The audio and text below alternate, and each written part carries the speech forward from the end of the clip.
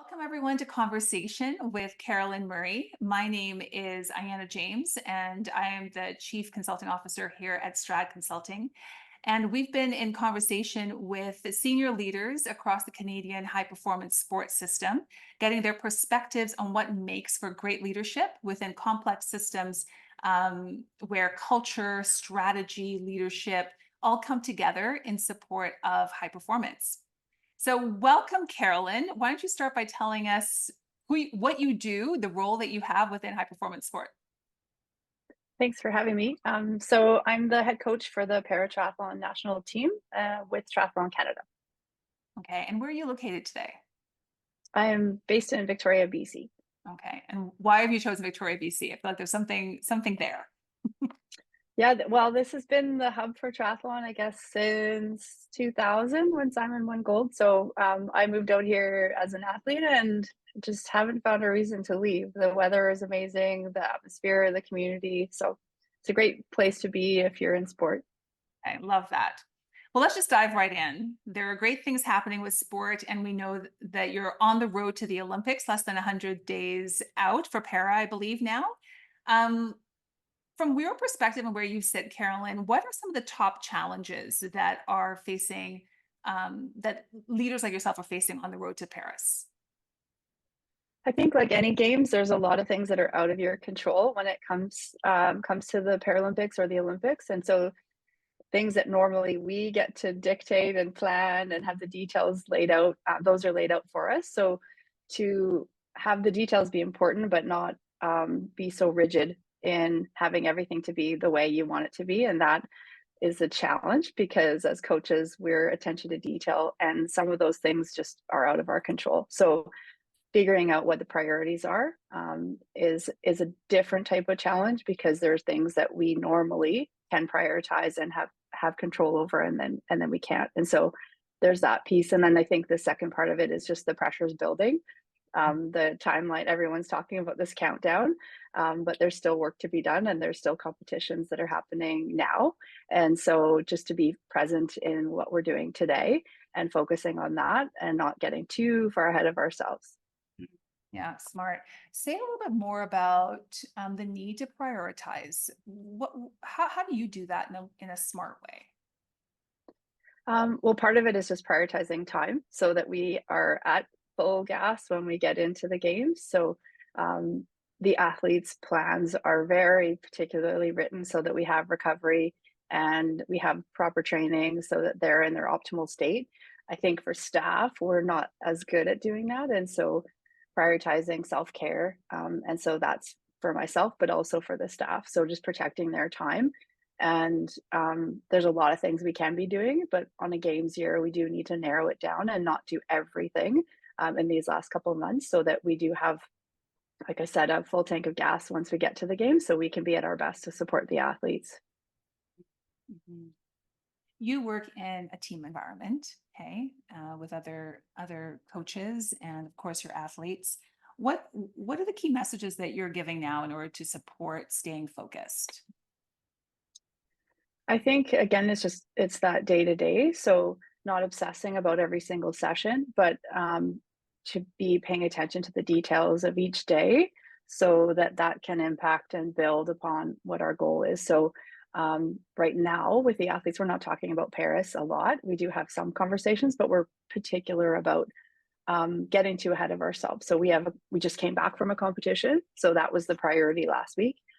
We'll debrief that competition and take learnings and any opportunities that will come from that to continue what we're doing and building from that. But we have, like I said, other competitions that are coming up, and so just staying in the present and also celebrating those small wins along the way. So we're not just the target of Paris, and that's the only thing, because as you know, there's only 3 spots on the podium, and so we are absolutely going for that. But that can't be our entire focus. We have to celebrate what's happening along the way and put some goals in the short term that will help us get to where we are without being so overwhelmed with that end goal. What you just said is so sophisticated and smart. Because really thinking about organizational culture and high performance cultures, you can have your North Star, we often hear it said, right? Like really what you're trying to get after, but to know that you're taking steps and it's like an incremental journey. And I've heard you and others over the years, talk about like the 1% incremental change, right? And celebrating those successes along the way. It's just so super smart. If we zoom out a little bit from the pressure of the acceleration to Paris and we look more like the high performance sports system holistically in the journey that you are in, what's it like being, in high performance sport these days, like at a systems level? What are you noticing? What are you paying attention to? Yeah, it's an exciting time. There's a lot going on. And I think it's really fun to be in a time where athletes want to be more involved in their journey. And so that's definitely something that I think has shifted in the last, I guess, period since I started coaching. And so what that means is that the foundation of trust needs to be rock solid. Communication needs to be um, at every level. And where I'd say in the past, the coach would write a plan and guide the athlete. Now it's a conversation as opposed to just putting that forward and the athlete goes and does the work. And so they want to know the why.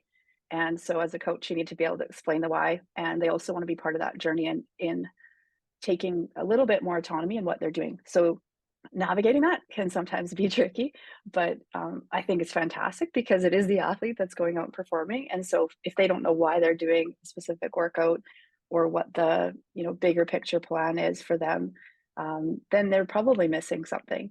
And so as a coach, it's a great challenge because you should also be able to explain the why. But what that means is there's a little bit more time in communicating as opposed to just getting to work. So we're not all action. We need to pause and ask questions and have a conversation and explain what we're doing, which is, I think, a change that from the past, but a positive change.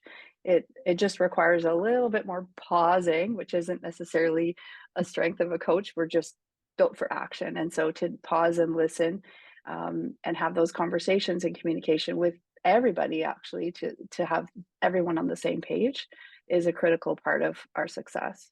Hmm. Yeah, I'm hearing in that almost like the values of mutuality, transparency. Exactly. Yeah. And is it quite a different skill set? Like, do you find yourself tapping into different skills in order to bring what you just described forward in the communication style? I think so because in the past, I would say my instincts were to just go work in a silo, take on everything, do it myself. So even within the staff, to share those responsibilities is slightly new. And I think with the athletes, it's also shared responsibility. So um, like I said, they're the ones that are going out and competing. So it shouldn't be completely on my shoulders to create success. It's them taking the action. And so to be okay with letting others lead, I think isn't necessarily um, innate for me or many people because you feel like it is all on your shoulders and you're the ones that is responsible for all of it, but that's actually not true. There is a team involved and we're all feeling responsible and want to be achieving success. And so if I don't open the door to let other people lead, then we're missing out. Hmm. Yeah. Your world of high performance sport has taught us so much about shared leadership and truly what effective teaming is. What else, Carolyn? Again, zooming out, the athlete perspective, their autonomy, therefore the changes in how the leaders show up. What else is happening you're noticing around culture that's impacting the sports environment? I think we are asking more of ourselves.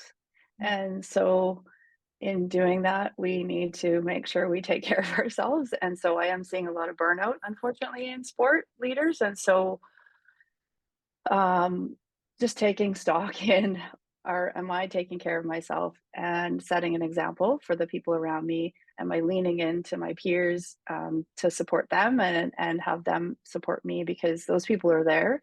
Um, Absolutely, with the pursuit program, I have people I can lean on, and I'm so fortunate to have people around me. So I think there's a greater community that has now been formed, which is fantastic. But we're all asking more of ourselves. And so to find spaces to take a pause and relax and take care of ourselves is definitely a challenge, but it's essential because we don't want to be surviving. We want to be thriving in sport, and I think it is tough to actually thrive because there's so many demands from every different angle, and it's perhaps more complex than it needs to be at this point in time. Um, so to keep things as simple as possible within our day to day, and back to what I said at the very beginning, prioritize. We can't do everything at all times, but um, their sport is demanding a lot from sport leaders right now. You've already mentioned the smarts of athletes having recovery time. How do you recover as a leader? I just take time with my family. I've got a puppy, so that requires some energy. So I Yeah. think just taking space to be a normal mom and spend time with my kids and my dog, and then being active. So if I'm on the road or at home, making sure that I'm active myself. So for me, stress relief is running. So if I don't run or get on the bike, then it definitely impacts my ability to handle stress. And so just continuing to move is important. And for sure the basics of, getting enough sleep and eating well and those things are important. But the main thing is that I take time to be able to just be a normal mom and be a soccer mom instead of a coach. I don't need my stopwatch when I watch my daughter play soccer. I just can enjoy being there, and that grounds me and reminds me of why I'm doing what I'm doing, and why I'm really here is just to be a great parent. And absolutely I'm invested in the role that I'm in, but as a wife and a parent, those are really what matters. Yeah. It's a good reminder to be human and remember that we are human. Yeah, these things matter. Yeah, yeah. Okay, back to the journey to Paris. Now join me. It's after Paris. And you've already used the word once, the practice of debriefing, right? Talk to me a little bit about what happens post Paris. What are you paying attention to? What is it that you're debriefing, performance and? Yeah, it's a huge part of sport that I think we've just started to figure out the value of. So um, after Paris, there'll be a lot of evaluation happening, just internally in my head of how things went. What could we have done differently? What did we nail? How did we handle every different crisis or scenario?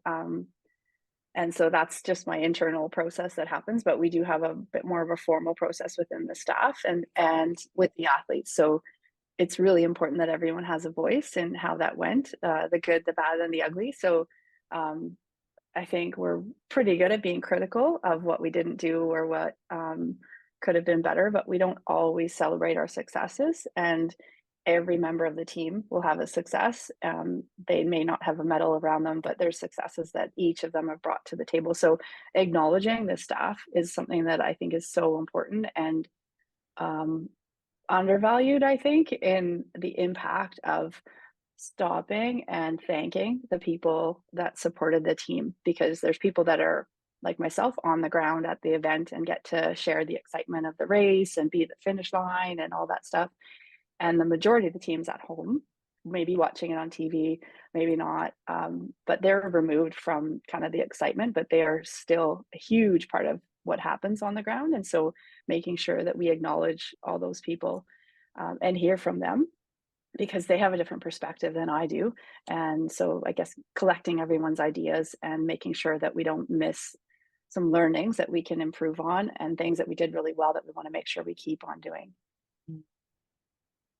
You haven't used the word yet, but it sounds like you're practicing inclusive leadership, all the voices, all the perspectives, bringing to the table. Yeah, is that fair? Yeah, absolutely. I think, like I said, everyone has a different perspective, and we don't always think to ask our full team for feedback on things. It's maybe in the moment, just the athlete and the coach, or perhaps one other person that comes in, and then we kind of move on. Um, and every single race, we don't really have the capacity, nor does the staff have the capacity to meet and go through things. But in a couple of weeks, we'll have a mid-season debrief with our whole team, so Mm. our all our support staff, And so having those meetings gives them information that they wouldn't know otherwise. And hearing what's happening on the ground and hearing how the athletes are doing, I've realized is so valuable for them to feel included and then acknowledged in what they're bringing to the table, because those things aren't always seen because they're not, front and center, especially at a games or at a race itself. So I do think that piece of it is really important because every single person brings value to the table, but they're not always the ones that are in the spotlight. Usually it's the athlete, as they should be, but behind there is all these other people that have brought them to where they are. Carolyn, what is around the corner for high performance sport? What do you see in the future? I think we're going to need to continue to be adaptable because change is constant, and that challenge will never stop. We need to be ready and resilient to different changes that are happening, whether it's in the system, whether it's in the organization, whether it's your athlete pool as a coach. So just being adaptable to what the environment is, and to be able to do that, you need to be clear on your purpose. And so revisiting that regularly is super important. And it's not that it wasn't in the past, but I think, um, like I said before, it's getting more complex because we have um, access to more information. There's a lot more administrative pieces that are coming in, so it can be overwhelming. So be really clear on the purpose of what are we trying to achieve, and communicating that so that everyone's aware of what we're trying to achieve. I think we often do a great job of setting those goals and putting them together in a small team, but then we don't actually share that. And so it's assumed that everyone knows what we're trying to go after, whether that's as an organization or with an athlete. Um, but it isn't known. I think we maybe when we do assume, we're usually wrong. And so sharing that, I think, is really important. I think in the time we're in right now, showing compassion is so important, and it's not difficult to do. To be kind to one another has such an impact. And I think in right now, just understanding that sport is a vessel for fantastic opportunities, but it is sport, and there's a lot of bigger things happening in life that um, it's important that we stay grounded in what we're doing. You now have you have a platform. You're speaking to leaders through this Zoom call right now. What's the bigger message about leadership and teamwork and teaming that you would want to say? What's your hashtag that you would want to put out there? I think don't be afraid to ask questions and lean on others. Um, Often I feel like I should have all the answers. And then I step back and say, wait a minute, that's impossible. I don't have all the answers, but this person might. And if I ask them, they can probably help me. And it'll actually help them to to open up and share. And so we can be better together. And I do think that's starting to happen. And as I mentioned before, Pursuit is an absolutely phenomenal program that has done that. Is we've elevated coaches across Canada by linking them together and providing a place where they can share and grow together and challenge each other. So continue to do that. And I know as high performance directors, that program is expanded, and that's fantastic because it is a difficult place to be if you're by yourself, but you're not. And so use the people around you to elevate what you're doing, because they're all, we're all going through similar things, and I think we can be better together. Yeah, really nice. I can imagine the red T-shirt that says hashtag better together. Off we go, Canada. Carolyn Murray, thank you so much for the conversation. You are a delight and an example and an ambassador for all of us in Canadian high performance sport. And I wish you and the Paratriathlon team every success on road to Olympics before and after. Yeah. Thank you so much. Okay. Good talking with you. Bye now. You too. Bye. Before and after.